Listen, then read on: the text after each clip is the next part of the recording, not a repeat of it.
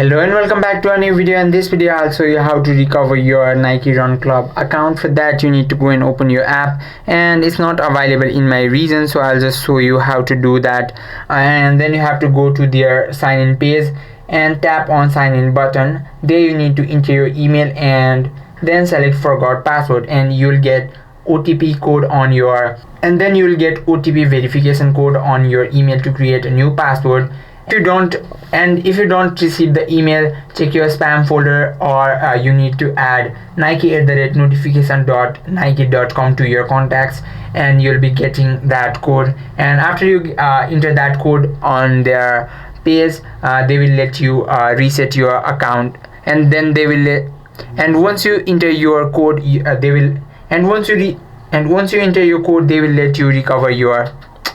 And once you enter your code, they will let you reset your password and go back to your login button, and then go back to your login page and enter your credentials, and you can log in like that and recover your account. I hope this video helped you out. If you have any questions or queries, just let us know in the comment section. Thank you for watching.